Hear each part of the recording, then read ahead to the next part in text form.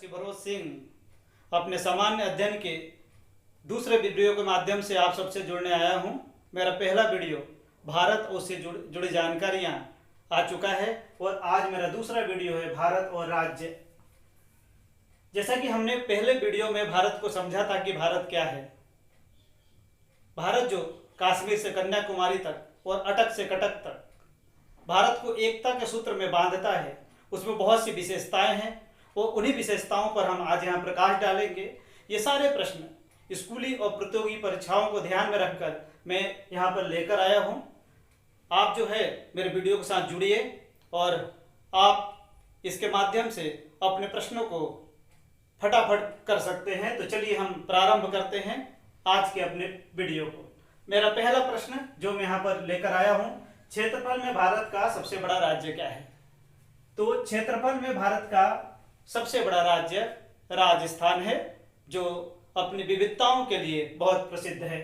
दूसरा प्रश्न है, क्षेत्रफल में भारत का सबसे छोटा राज्य कौन सा है?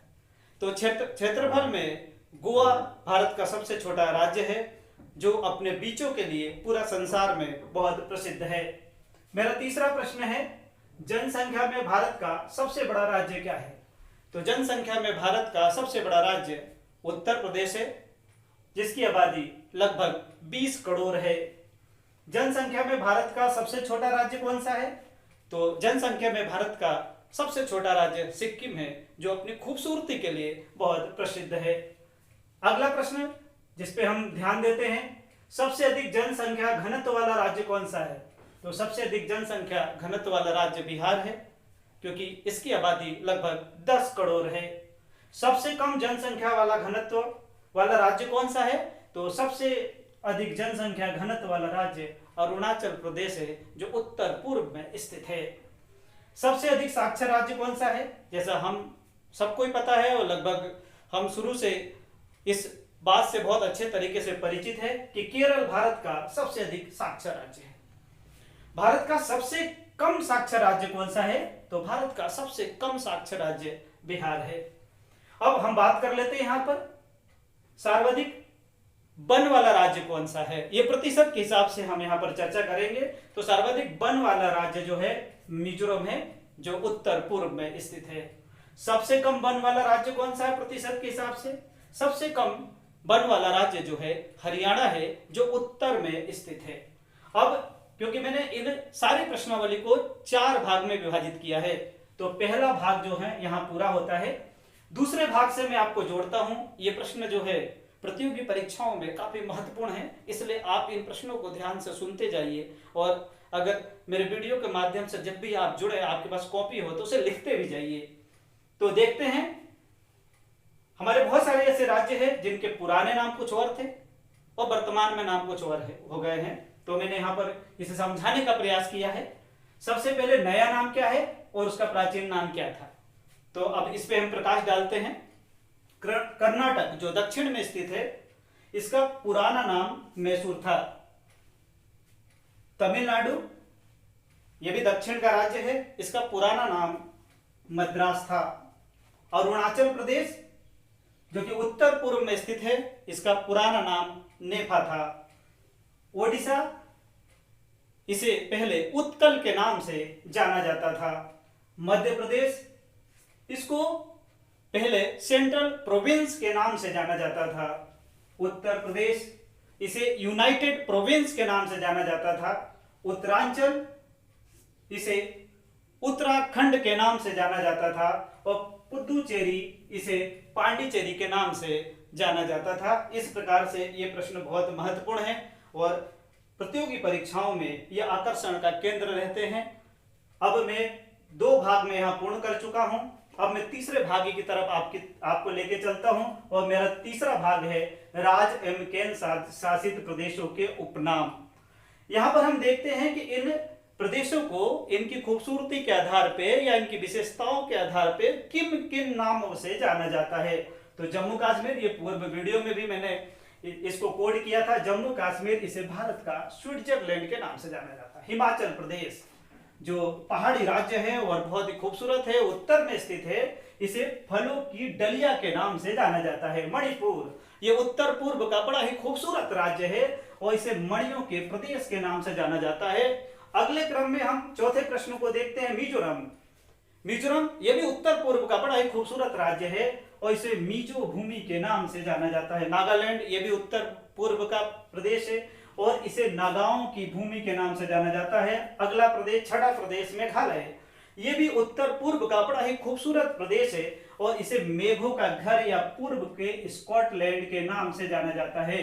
अब हम चलते मध्य प्रदेश की तरफ। मध्य प्रदेश जो भारत के बीच में स्थित है, इसलिए मध्य प्रदेश को भारत का हृदय स्थल के नाम से जाना जाता है, जिसकी राजधानी भोपाल है।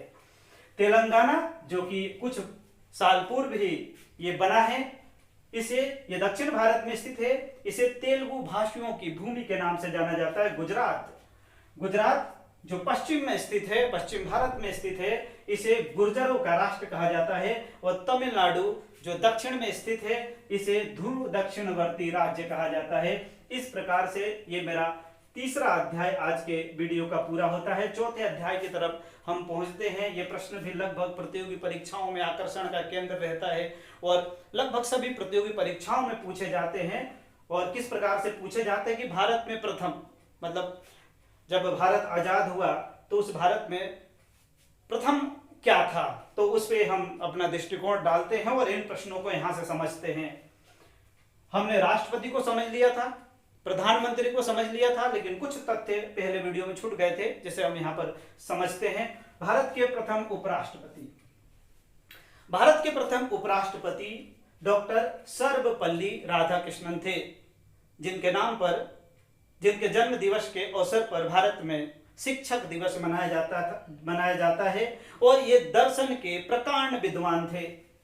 दूसरा हम प्रश्न यहां पर देखते हैं। भारत के प्रथम उप प्रधानमंत्री सरदार पटेल, जिन्हें लौह पुरुष कहा जाता था, और भारत के राजवाड़ों को एकीकरण करने में सरदार पटेल की सबसे महत्वपूर्ण भूमिका थी।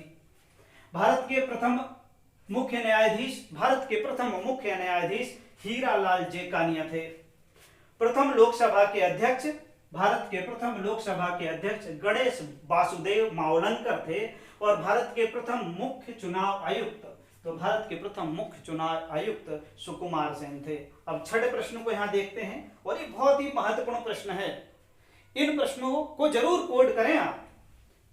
भारत में प्रथम महिला राज्यपाल, किसी भी राज्य की प्रथम महिला राज्यपाल कौन बनी, तो भारत में प्रथम महिला राज्यपाल बनी सरोजिनी नायडू, जो उत्तर प्रदेश राज्य की राज्यपाल बनी।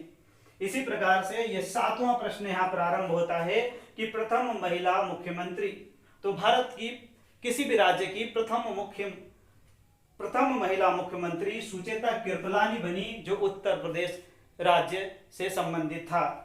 अगले प्रश्न की तरफ हम चलते हैं कि भारत में प्रथम महिला प्रधानमंत्री कौन बनी, तो भारत में प्रथम महिला प्रधानमंत्री श्रीमती इंदिरा गांधी बनी। और इंदिरा गांधी, जिनका नाम पूरे संसार में बड़े गर्व के साथ लिया जाता है, क्योंकि भारतीय राजनीति में और विश्व पटल पे इंदिरा गांधी ने जिस तरीके से भारत का मान बढ़ाया, उसके लिए इंदिरा गांधी को भारत में सदैव याद किया जाएगा। अगले प्रश्न की तरफ हम बढ़ते हैं कि भारत की प्रथम महिला राष्ट्रपति, तो भारत की प्रथम महिला राष्ट्रपति श्रीमती प्रतिभा पाटिल बनी। स्वतंत्र भारत में महिला मंत्री, यानी भारत का जो पहला कैबिनेट बना स्वतंत्र भारत में, उसकी महिला मंत्री कौन थी, तो उसकी महिला मंत्री थी राजकुमारी अमृत कौर। इसी प्रकार से हम अगले 11वें प्रश्न की तरफ बढ़ते हैं कि स्वतंत्र भारत में प्रथम महिला आईपीएस अधिकारी यानी पुलिस अधीक्षक कौन बनी, तो वो किरण बेदी बनी, जो कि भारत में बहुत विख्यात हुई, जिन्होंने खूब प्रसिद्धि बटोरी और भारत के अंदर उन्होंने बहुत ही बेहतर कार्य किया। स्वतंत्र भारत में प्रथम महिला आईएएस, मतलब स्वतंत्र भारत की प्रथम महिला कलेक्टर कौन बनी, तो स्वतंत्र भारत की प्रथम महिला कलेक्टर अन्ना राजम मल्होत्रा बनी।